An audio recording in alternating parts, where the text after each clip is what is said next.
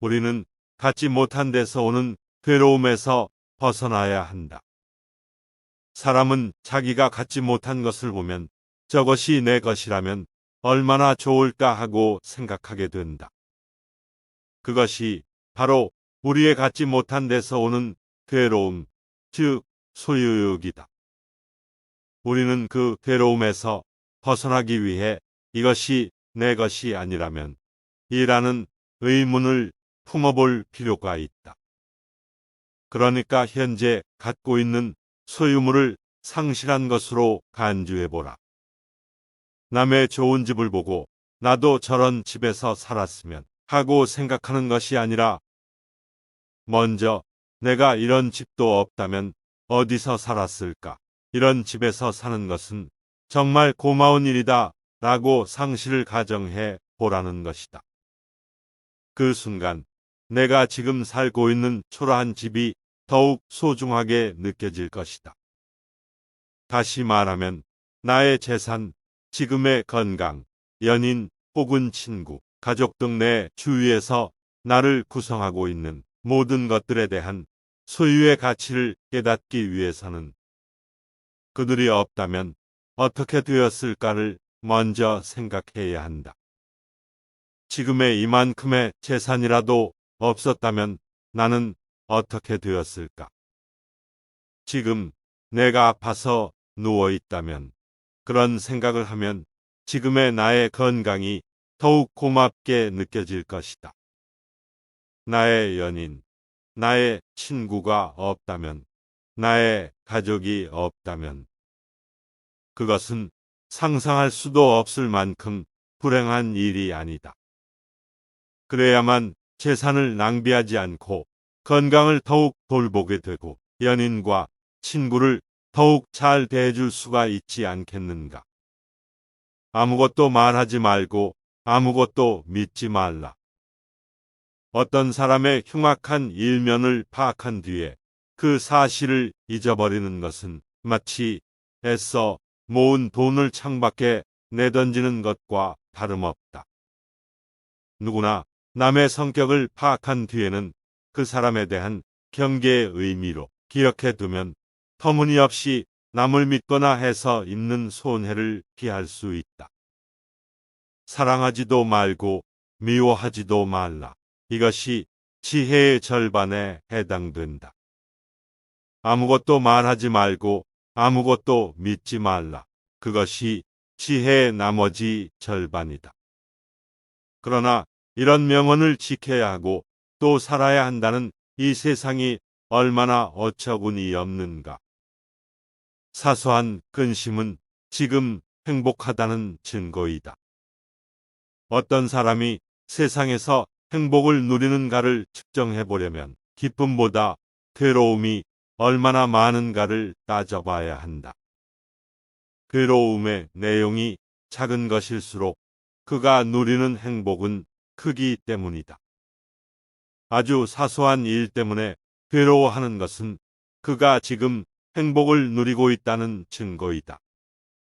큰 불행이 닥치면 작은 근심 따위는 거들떠볼 경황도 없다. 큰 그늘이 작은 그늘을 덮어버리지 않는가. 대부분의 사람들은 무엇인가 보고 듣거나 하지 않으면 잠시도 견디지 못한다. 내가 존경하는 사람은 움직이지 않고 깊은 명상에 잠겨 있는 사람이다. 보통 사람들은 할 일이 없으면 다리를 흔들거나 손으로 책상을 두드리거나 숟가락을 만지작거리거나 지팡이를 쓰다듬는다. 잠시도 가만히 있지를 못한다. 대부분의 사람들은 생각하는 것보다는 무엇인가 보고 듣거나 외부의 자극을 받지 않으면 좀처럼 견디지 못한다. 그 이유는 자신이 살아있는 존재라고 느끼려고 하기 때문이다. 담배를 피우는 것도 그 때문일 수 있다. 하루 그 한 토막이 우리들의 인생이다. 공사장의 노동자들은 설계도를 본 적도 없고 보려고도 하지 않는다. 벽돌을 나르는 사람은 벽돌만 나르고 벽돌을 쌓는 사람은 쌓기만 할 뿐이다. 건물이 설계도대로 올라가는지는 오직 감독관만이 알 수 있다. 우리의 인생도 그와 같다.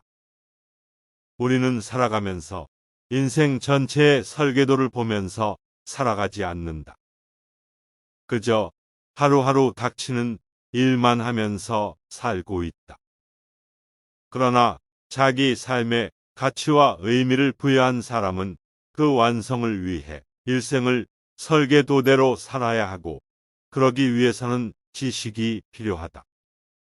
대부분의 사람들은 인생에 설계가 있거나 없거나 하루하루를 어떤 원인과 동기에 의해 움직이고 있다. 모두 자기 능력의 범위 내에서만 생각하고 행동한다. 목표를 향해 가지도 못하고 안개 속을 헤매다가 상당히 오랜 시간이 흐른 후에야 지금까지 다른 길로 걸어왔다는 것을 깨닫고 후회한다. 인간은 내일이라는 희망과 기대 속에 일생을 마친다. 우리가 죽음에 이르렀을 때 그처럼 희망은 이루어졌던가? 미래는 우리들의 희망을 배반할 수 있다. 지난 과거 역시 확실한 것인지 의심스럽다. 무엇을 자부할 수 있는가? 희망의 결과는 보았는가? 그러기 위해서 우리는 현재 아무런 괴로움이 없는 무사한 시간에 대해 감사하기만 하면 된다. 우리에게 가장 가치 있는 삶은 과거에 대한 회한도 미래에 대한 희망도 아니다. 현재 육체적 고통이나 정신적 괴로움이 없다면 그것으로 족하다.